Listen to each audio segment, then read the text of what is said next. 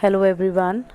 I am present under the foster of English to explain the chapter Glimpse of India, a baker from Goa by Lucio Rodriguez of grade 10th. In this chapter, the writer presents a pen portrait of the traditional Gogan village baker who still has an important place in its society. Elders still think fondly of the famous Portuguese loaves of bread. The family tradition is still carried on even today by the new generation of bakers. Even today, marriage gifts are meaningless without the sweet bread or the bowl, just as a party or a feast loses its charm without Gogan bread. Talking about the author, Lucio Rodriguez was a great Konkani essayist. He wrote several articles in English and Konkani to various periodicals and magazines. He served as a visitor professor of folklore at many universities and also as a professor of English in Mumbai and Goa. His essays were published under the tale of Soil and Soul and Konkani folk tales. Subtle humor and informal narrations are the essential features of his writings. A brief introduction about the chapter.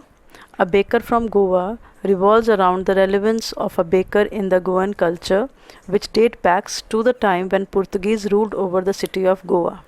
The Portuguese may have left, but the bread makers continue to have their mark.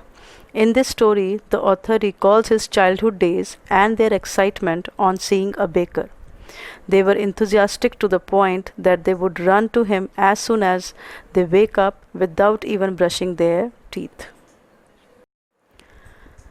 Talking about Goa, Goa is unlike any other state of India. It is the smallest state of the country and Panaji or Panjim is its capital.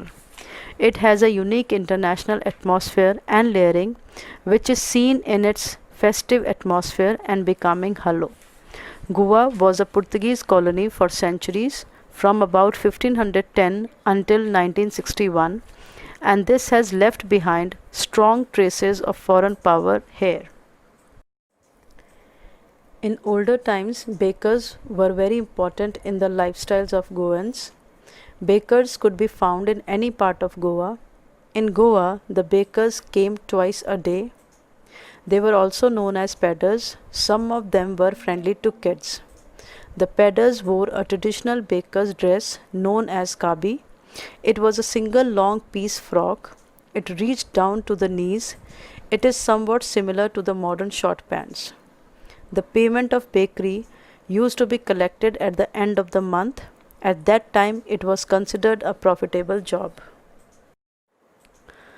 Talking about the custom of bread in Goa, these cells are so importantly intertwined with the social custom with Goan people that their presence is inevitable. Marriage gifts are meaningless without the sweet bread called bol. Cake and bouillons are a must for festival.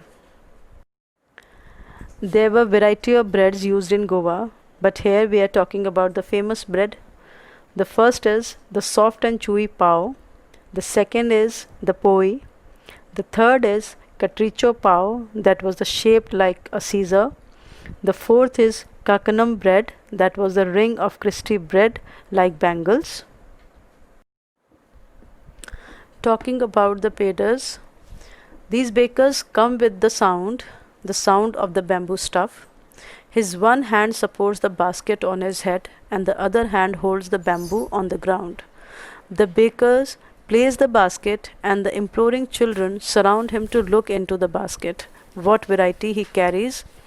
They buy the loaves of bread and even eat without brushing. Talking about their dressing sense, their dress is known as khabi as they themselves are known as peddlers.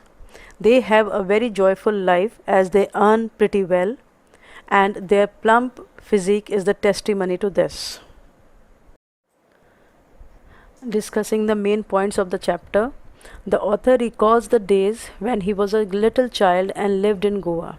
The Portuguese had left Goa, but their famous loaves of bread were still liked.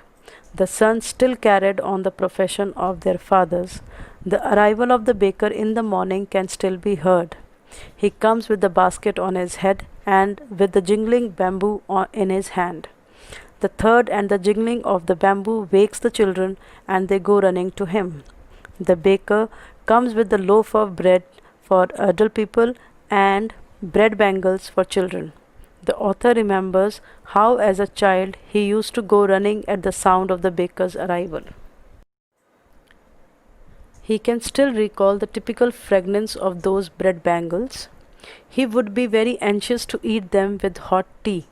He didn't think it is necessary to brush his teeth. The tiger never brushed his teeth, he used to say. The baker is an indispensable part of Goan life. No party, marriage, or religious ceremony can be possible without this presence. In the old Portuguese days, the baker had a typical dress. It was called a khabi, a single piece frock reaching below the knees. In the days of the author's childhood, the baker wore a shirt and a half pant that reached below the knees. The bakers used to be very well to do, happy, and prosperous people. They were known for their plump physique. Talking about the conclusion of the chapter, bakery has continued to be a profitable profession, managing to keep their families joyous and prosperous in the Goan culture. I have shared the vocabulary which is used in the chapter.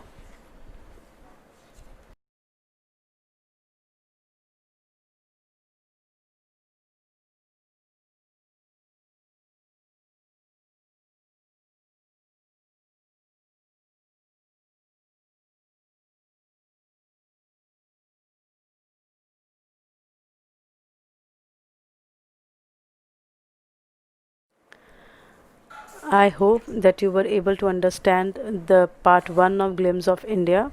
I will share the part 2 very soon. And if you are able to understand the chapter, please don't forget to like, share, comment and subscribe my channel. Thank you so much.